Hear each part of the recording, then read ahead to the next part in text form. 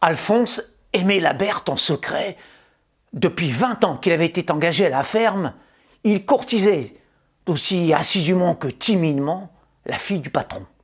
Il lui jetait des regards furtifs à table, lui destinait de manière anodine des mots codés censés être doux qu'elle recevait avec placidité. 2 décennies que ça durait.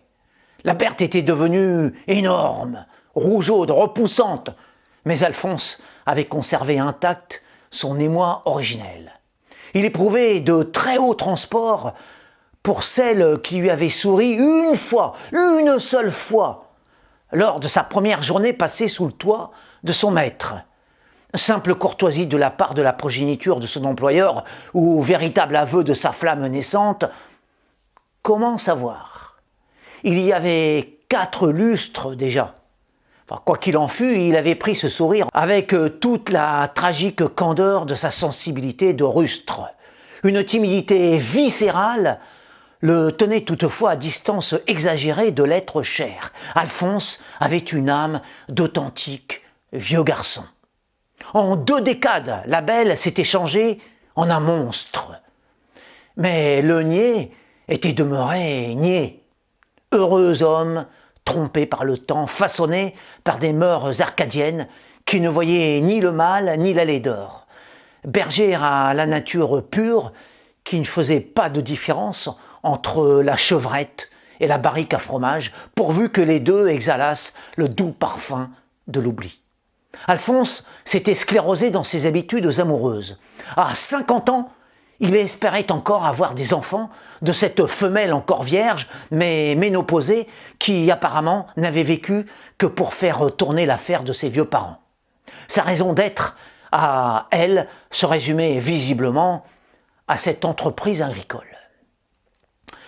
Alphonse continuait ses tendres allusions à l'endroit de l'aimé qui, durant si longtemps, n'y avait vu que du feu.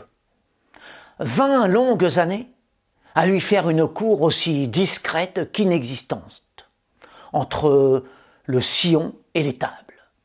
Le tiers de son existence accroché à la charrue, à cultiver un espoir fou, à traîner patiemment un fardeau d'amour à la force du poing. En effet, Alphonse était resté travailler dans cette exploitation uniquement pour gagner la main de la Berthe qui lui avait manifesté un égard à son arrivée alors qu'il ne devait faire qu'une saison avant de rentrer chez ses parents, embrasser une carrière de marchand de bestiaux. 10 années encore s'étaient écoulées. Un jour de grande chaleur, dans une minute d'intimité propice, événement rarissime en 30 ans de vie commune, en ces terres de labeur. Alors qu'ils étaient seuls au champ, la peur au ventre, n'y tenant plus, s'adressant au mastodonte, Alphonse finit par lui avouer. La Berthe, si je me suis laissé enlaciner les pieds dans ces cultures depuis 30 ans, c'est pour toi. Pour toi, la Berthe, t'entends dit? C'est pas de passion pour toi. Pas une fois je n'avais osé te le dire en te l'entendant, mais aujourd'hui, je crois que c'est le moment. Tu m'avais souri dès le début, tu t'en souviens? Tu m'avais plu aussitôt avec ton nez si gentil. Et depuis, ça n'est jamais sorti de mon cœur.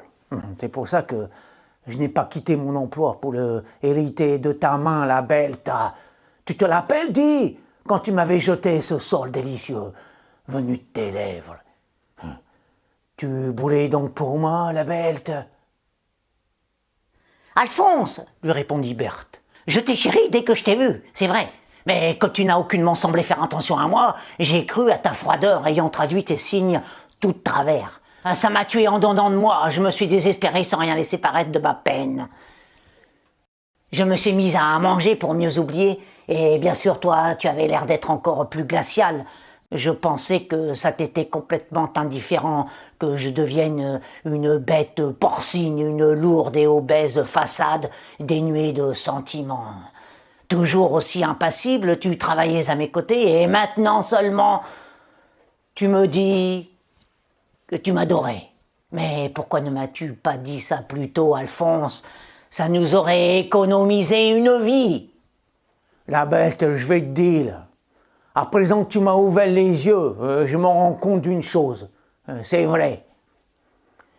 Tu t'es très vite transformé en une grosse et grasse coche, juste après que je t'ai connu. Moi, je ne voyais que ton visage du premier matin, tu comprends? Pendant 3 fois 10 ans, je vivais avec tes airs et ta silhouette d'avant. Mais puisque tu m'as dit tout ça, la belle, je crois qu'à partir de cet instant, je ne t'aime plus du tout.